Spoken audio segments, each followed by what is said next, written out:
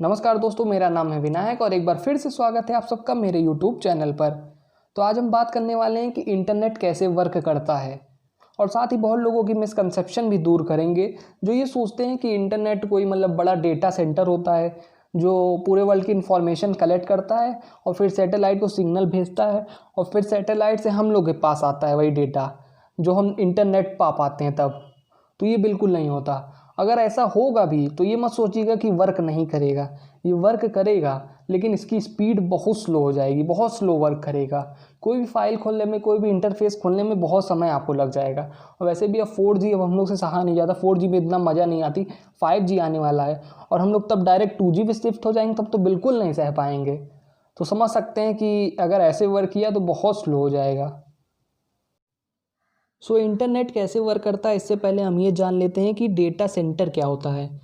Data centre कुछ company जैसा ware house type होता है जहाँ पे वो डेटा स्टोर करते हैं किसी स्टोरेज डिवाइस में, और ये बहुत ढेर सारे होते हैं। अब इन सारे स्टोरेज डिवाइस को एक्सेस करता है वो है सुपर कंप्यूटर, जिसे आप सर्वर भी कह सकते हैं।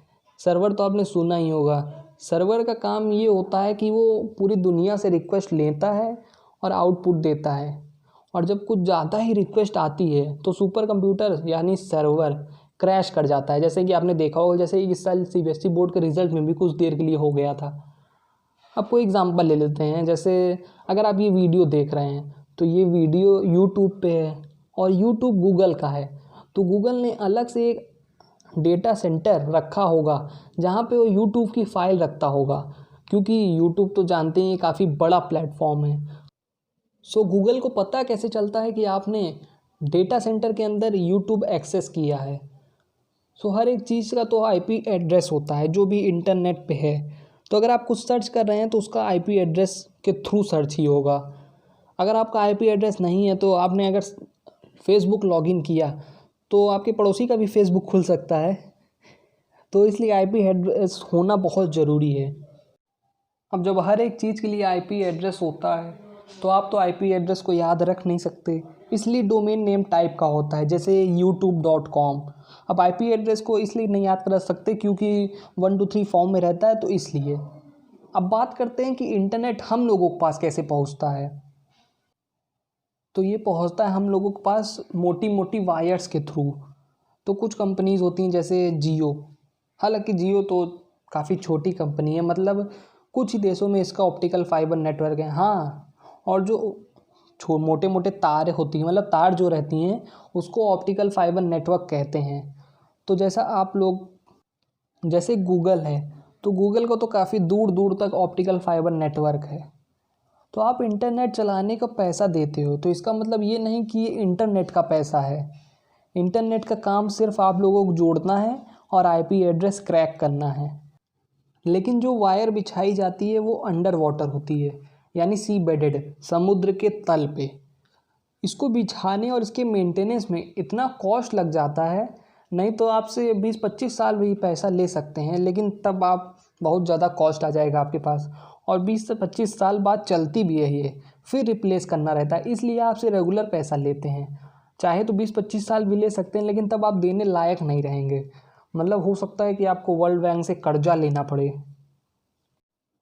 अब ये जो ऑप्टिकल फाइबर है ये 3 टायर में वर्क करता है। पहला टायर है कंपनीज जो कंट्रीज़ को कनेक्ट करती है, ये सी बेड पे ऑप्टिकल फाइबर का पूरा जाल बिछाती हैं। जैसे जो आप WWW यानी वर्ल्ड वाइड वेब कहते हो, वैसे ही जाल बिछा देती है।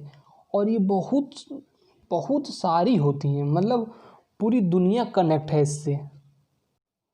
अब टायर 2 में आती हैं छोटी मोटी कंपनी। जैसे कि टायर 1 में देखा, जो कंपनीज़ होती हैं वो कंट्रीज़ को कनेक्ट करती हैं। अब टायर 2 में वो कंपनीज़ जो होती हैं, जो छोटी थोड़ी रहती हैं, वो कंट्रीज़ में स्टेट्स को कनेक्ट करती हैं। अब टायर 3 की बात करें तो जो छोटी, बहुत छोटी मोटी कंपनी जो सिटी में दूसरे पार्ट, मतलब अलग अलग पार्ट्स को कनेक्ट करती हैं, वो हो गई टायर 3 में आती हैं। तो इंटरनेट टावर से आता है, सैटेलाइट से नहीं। ऑप्टिकल फाइबर केबल होती है, वो टावर तक जाती है और जिस कंपनी की टावर है उस कंपनी तक जाती है, और उस कंपनी के नेटवर्क को इंटरनेट कनेक्ट करके उसके बाद सेल्यूलर डेटा आप तक पहुंचाती है। जैसे कि आपने अपने मोबाइल में यूज़ करते हो, पीसी में भी आप वही यूज़ करते हो सेल्यूलर डेटा। जैसा कि आपने अपने घर में वाईफाई लगवाया होगा, तो ब्रॉडबैंड की जो केबल होती है वही केबल है जैसी होती है ऑप्टिकल फाइबर, लेकिन वो बहुत बड़ी और थोड़ी और ज़्यादा क्या बहुत मोटी रहती है तब भी। और वही जो केबल रहती है उसी से इलेक्ट्रिसिटी डेटा सेंटर तक जाती है।